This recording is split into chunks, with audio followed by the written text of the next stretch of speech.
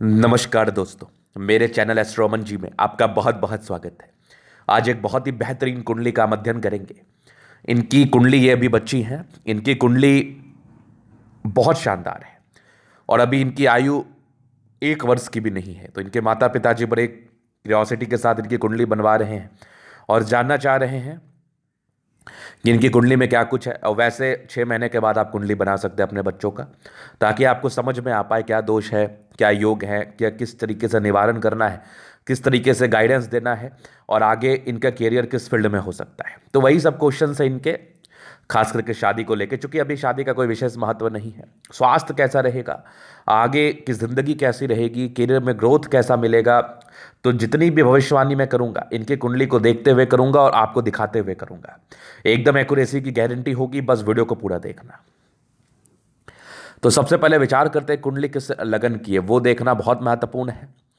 ये कुंडली पर 9 लिखा हुआ है, ये धनु धनु राशि व धनु लगन की कुंडली है। इस कुंडली में ना मंगल अस्त का है। अस्त मतलब सूर्य से क्लोज कंजंक्शन में बैठा है तो अस्त का माना जाएगा। ये मंगल अस्त का है। गुरु वक्री है, बृहस्पति ये वक्री दिख रहा है मुझे, और शनि भी इनका वक्री है, ये वाला। तो अब कुंडली में 2 टाइप के ग्रह होते हैं, एक योग कारक, एक मारक।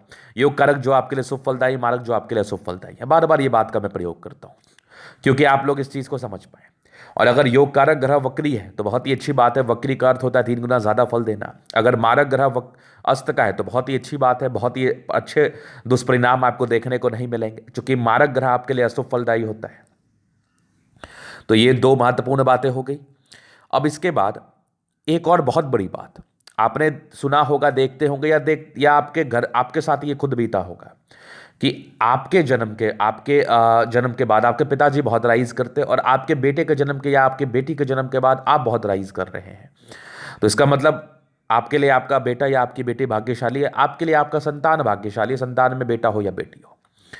तो कहीं ना कहीं इनकी कुंडली बनाने से ना, अगर इनके भाग्य में अच्छी चीजें होंगी तो इनके पिताजी का भी पता चल जाएगा। और 10वां भाव या 9वां भाव से हम पिताजी के प्रोफेशन या उनके भाग्य को देख सकते हैं। तो एक दूसरा फायदा ये भी हो जाएगा, अगर आप बच्चों की कुंडली बनवाते हैं तो उससे आपका बेनिफिट ये भी होगा। तो उसके बाद अगर हम देखें, अब इनके कुंडली पर थोड़ा सा ग्रहों के बल के विषय में बात करेंगे। सूर्य 17 डिग्री पर बैठा था तो ये 100% फल देगा, बहुत ही अच्छी बात है। चंद्रमा 14 डिग्री पर है, ये भी 100% देगा। मंगल 29 डिग्री पर है, अस्त का भी है, तो इसके बहुत शानदार फल देखने को नहीं मिलेंगे। बुध इनका 12 डिग्री पर, ये 100%। गुरु 1 डिग्री पर है, ये थोड़ा सा दिक्कत वाला बात जरूर है कि गुरु 1 डिग्री पर अगर हो तो बहुत अच्छे परिणाम देखने को नहीं मिलते हैं। 28वां डिग्री पर शुक्र है, ये भी बहुत अच्छा फल नहीं देगा, वही मान के चल लो 10 से 15% देगा।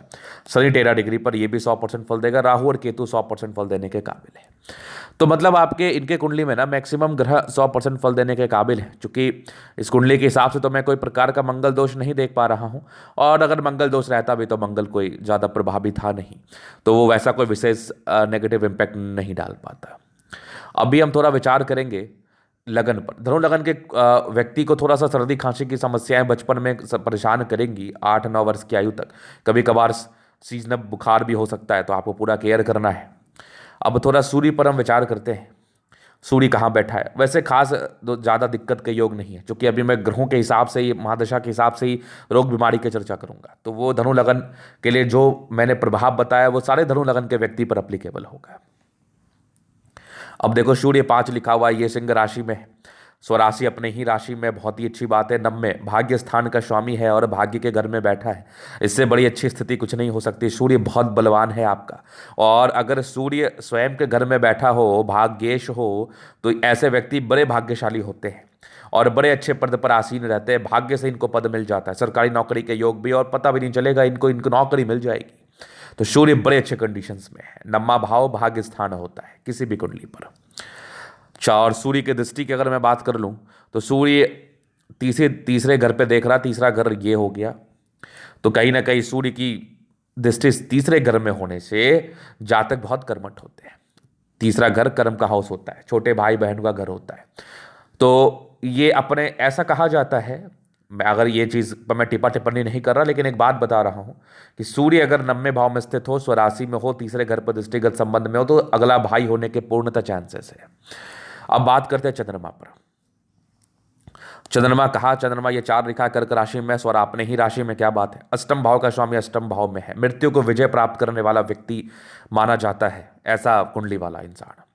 मतलब ऐसे व्यक्ति मृत्यु पर विजय प्राप्त कर लेते हैं, इनकी आयु दीर्घायु होती है। चंद्रमा के अष्टम भाव में बैठने के बावजूद ऐसे व्यक्ति दीर्घायु होते हैं। क्योंकि आप अपने घर में रहेंगे तो कुत्ता भी शेर होता है, अपने घर में कोई भी बलवान होता है। तो चंद्रमा अष्टम भाव में है तो ऐसे व्यक्ति की आयु बड़ी लंबी होती है, लेकिन 14 वर्ष की आयु तक स्नोफिलिया की प्रॉब्लम रहेगी, सर्दी खांसी की शिकायत रहेगी। एक साइड इफेक्ट इसके देखने को मिलेंगे। अब मंगल पर विचार करते हैं। चूंकि मंगल इनका 5वें घर और 12वें घर का स्वामी था, ये आपके 9वें भाव में बैठा है। तो 12वें घर का स्वामी 9वें भाव में तो ठीक ही है, कोई दिक्कत वाली बात नहीं है। चूंकि 12वां घर खर्च का हाउस है, 9वें भाव में बैठा है, तो मंगल में पावर नहीं है, तो वैसा कोई खर्च नहीं करेंगे। लेकिन साथ ही साथ 5वें भाव का भी स्वामी हो गया ना, तो वही वाली बात है। पंचम भाव पढ़ाई लिखाई कारक क्षेत्र का स्थान होता है, संतान सुख का स्थान होता है। अगर इसके लिए मंगल के लिए आप उपाय करेंगे तो ज़्यादा लाभकारी रहेगा।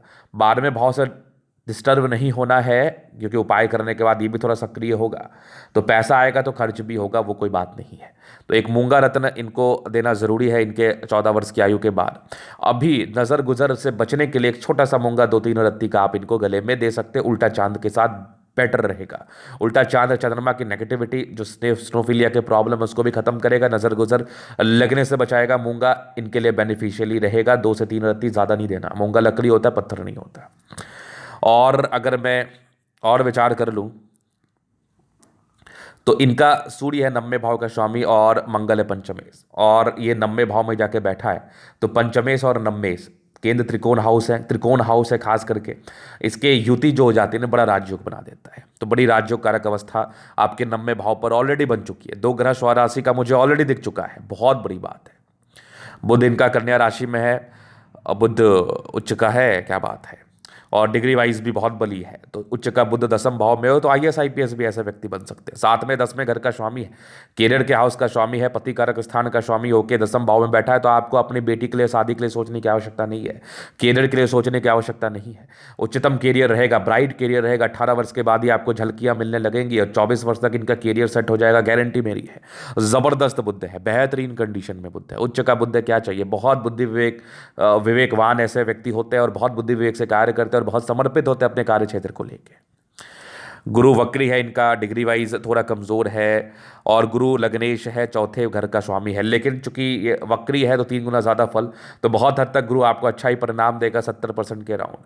और लग्नेश और चतुर्थेश होके तीसरे घर में है, मतलब लगन का स्वामी तीसरे घर में बैठा तो कर्मठ है। चतुर्थेश का स्वामी तीसरे घर में बैठा तो गाड़ी मकान का सुख मिलता है, लेकिन अपने दम पर मिलता है। कुंभ राशि में गुरु है, समांतर राशि में, वैसा कोई नेगेटिव राशि में भी नहीं है। और गुरु के लिए 14 वर्ष की आयु के बाद एक पुखराज की आवश्यकता पड़ेगी, बहुत ज़्यादा लाभकारी रहेगा। और तीसरे भाव का गुरु आपके लिए बहुत ज़्यादा अच्छा माना जाता है, बहुत ज़्यादा। तो गुरु भी बढ़िया है, कोई दिक्कत वाली बात नहीं है। वक्री हो गया तो डिग्री वाइज कमजोर भी है तो कहीं कोई दिक्कत नहीं है। शुक्र भी वक्री है और ये डिग्री वाइज थोड़ा कमजोर है, तो लेकिन आपको शुक्र का अच्छा परिणाम मिलेगा। चूंकि वक्री 6ठे 11वें घर का स्वामी दूसरे घर में है। 6ठे घर का स्वामी दूसरे घर में बैठने से थोड़ा कर्जा होता है, लेकिन लाभ भाव का भी स्वामी शुक्र है ना, तो अच्छा परिणाम मिलता है। लग्जरियस लाइफ रहती है, चारों तरफ से पैसे आते हैं। चूंकि ये धन भाव में बैठा है, शुक्र की दृष्टि चौथे भाव पर है। गाड़ी मकान वाहन और लग्जरी का प्रॉपर सुख आपको मिलना है, प्रॉपर सुख मिलना है, इसमें कोई संदेह नहीं है। अब इनकी शनि कहां पर बैठी है, शनि इनकी देख लो, ये नहीं सॉरी, शुक्र इनका 10वें भाव में है। सॉरी, शुक्र 10वें भाव का स्वामी होके 11वें भाव में बैठना बहुत नहीं, शुक्र इनका 10वें भाव में बैठा है 11वें घर का स्वामी होके, ये एक बहुत बड़ी बात है। शुक्र इनका वक्री नहीं है, डिग्री वाइज कमजोर है। चूंकि 6ठे भाव का भी स्वामी था तो इसके लिए उपाय करने की आवश्यकता नहीं है। चूंकि 6ठे भाव रोग ऋण कर्जा का हाउस होता है, अगर ये बली होता तो आपके रोग ऋण कर्जा को और थोड़ा बढ़ा देता। क्योंकि अब बुध के स्वामित्व की तरह शुक्र का भी प्रभाव आपके जिंदगी पर देखने को मिलेगा।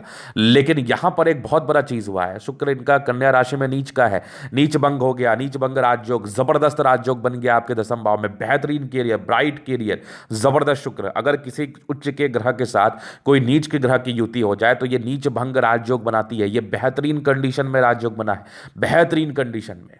ऐसे व्यक्ति अपनी जिंदगी पर बहुत नाम और शोहरत पाते हैं। शुक्र खराब होने के बावजूद आपके लिए अच्छा फल देगा, लाभकारी रहेगा, नाना प्रकार से इनकम कराएगा। जबरदस्त शुक्र है। शनि भी आपका बहुत जबरदस्त है, स्वराशि का शनि, क्या बात है। स्वराशि का शनि 10वें भाव में, कैरियर और डिग्री वाइज भी बहुत शानदार। वक्री कमाल का, दूसरे तीसरे घर का स्वामी है तो गजब का फल देने वाला है। शनि की दृष्टि 8वें 11वें पर पड़ गई, चौथे 8वें 11वें, गाड़ी मकान वाहन का सुख आयु में लंबी कर देगा। 11वां घर धन देगा, पैसा रख नहीं पाएंगे, गारंटी मेरी ये जबरदस्त है। राहु और केतु भी अच्छे पोजीशन में है। राहु का छठे भाव बहुत अच्छा पोजीशन होता है, क्योंकि राहु नेगेटिव है, अगर नेगेटिव प्लैनेट में नेगेटिव हाउस में बैठे तो बहुत ज्यादा अच्छा रहता है। उसके बाद अगर मैं देखूं तो राहु इनका बैठा वृषभ राशि में है, छठे घर में स्थित है, बढ़िया परिणाम देता है। वृषभ राशि का राहु बढ़िया होता है। कि तो आपका वृश्चिक राशि में ये थोड़ा खर्च आपको जरूर कराएगा, इस हिसाब से जातक थोड़ा खर्चीले प्रवृत्ति के होते हैं, लेकिन ठीक है, थोड़ा खर्चीला चलता है, लेकिन मेहनती भी होते हैं।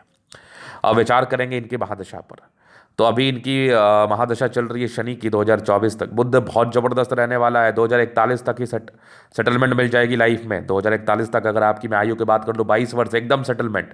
केतु थोड़ा सा डिस्टर्ब रह सकता है आपका 41 से लेके 2-3 साल का 43 साल तक, लेकिन फिर शुक्र तो वैसा ही बली रहेगा। तो मुझे लगता है कि आपका 24-25 में करियर सेट हो जाएगा। शुक्र नीच भंग बना दिया, ये भी जबरदस्त रहेगा। सूर्य तो बढ़िया ही है, मतलब कोई दिक्कत वाली बात नहीं है। थोड़ा स्ट्रगल आपको 21 से 25 वर्ष तक फील होगा, उसके बाद कोई स्ट्रगल नहीं है। 28वें साल तक आपकी जिंदगी पूरी सेट हो जानी है। मुझे लगता है 24-25 तक ही हो जानी है, लेकिन 28 तक तो डेडलाइन है हमारा। तो ये था इनकी कुंडली का विश्लेषण। बाकी जो भी उपाय है मैं आपको दे दूंगा। और आपको ये वीडियो पसंद आया, व्यक्तिगत रूप से हस्तरेखा या कुंडली दिखाना चाहते हैं, हमारा व्हाट्सएप नंबर डिस्क्रिप्शन में मिल जाएगा, लेके आप संपर्क कर सकते हैं। धन्यवाद।